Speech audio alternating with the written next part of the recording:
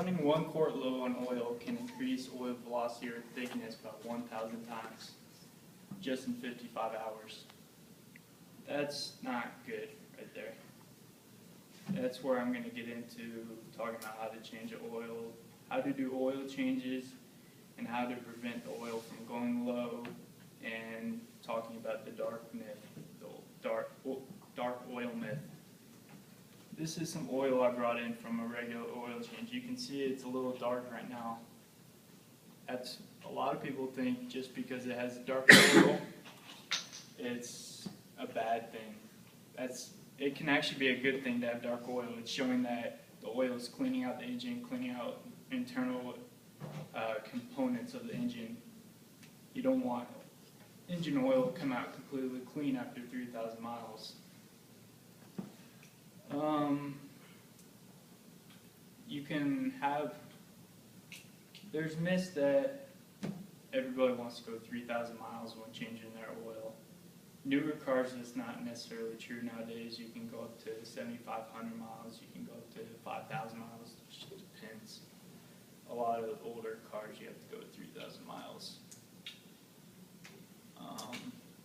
You can go longer if you want, but you'll just have to go get an oil analysis by a mechanic to see how your oil is doing and how it's treating the engine. But that just is a lot of time and money, and a lot of people don't want to do that. And changing the oil and doing this stuff regularly is going to keep a lot of deposits out, going to keep a lot of the sludge from building up in the engine and destroying the engine. They say for every 100 gallons of gasoline burned in the engine, 90 to 120 gallons of water are accumulated. 3 to 10 gallons of unburned gasoline are used. 1/2 to 3 pounds of soot and carbon. 1/4 to a pound of varnish. 1 to 4 pounds of sulfuric and nitric acid. All these things eventually end up in motor oil, and we have to keep eye out on that when we're doing our oil changes. And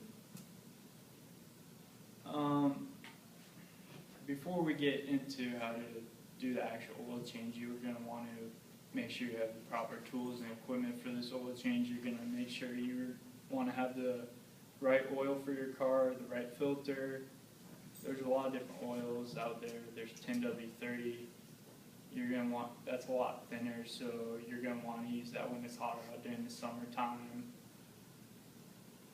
There's 5W30, it's thicker, so you're going to want to use that when it's colder outside. The engine is basically the heart of the car, so you're going to want to take care of this. This is the most important thing you can do for a car.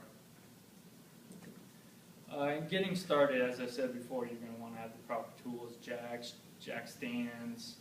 You're going to want to have the proper oil and filter. To get started, you're going to want to pop your hood.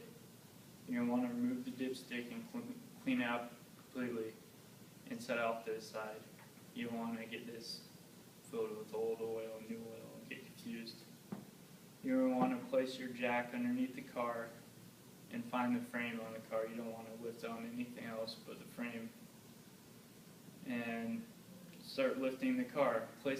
After you have done this, place jack stands underneath the car just for your safety, and just make sure the jack doesn't start to lower and the car falls on you and you get crushed. You're going to want to grab your oil pan and start putting it underneath the car and find the oil filter.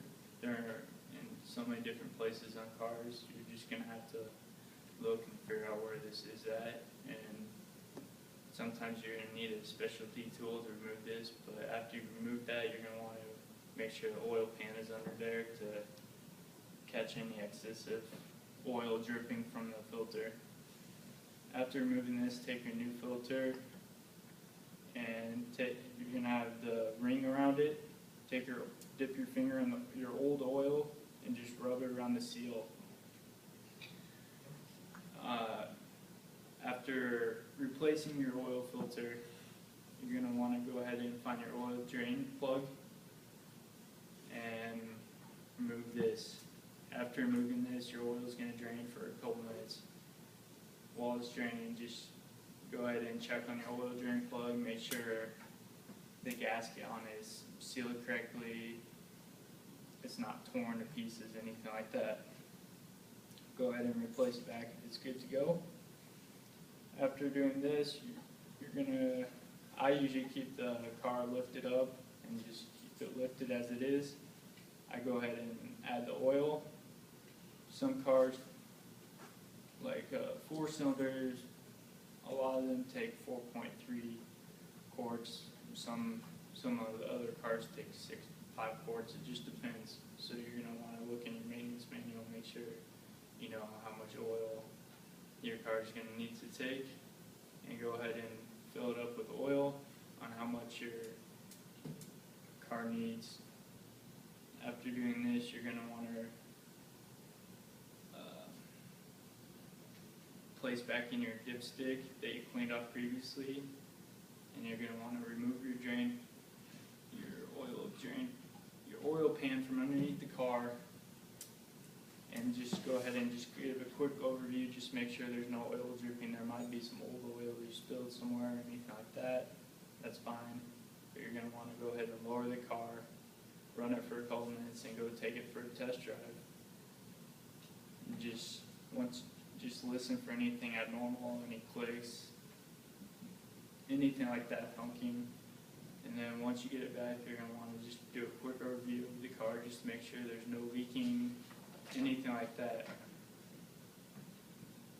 So in conclusion, just make sure you keep up on your vehicle changing and keep up on the maintenance schedule compared to the vehicle. Just look at what the vehicle manufacturers say you need to do. Be careful not to go over the scheduled oil changes. It's there to protect your car and make sure it runs longer. And keep up on routine maintenance. It's the best way to keep your car running.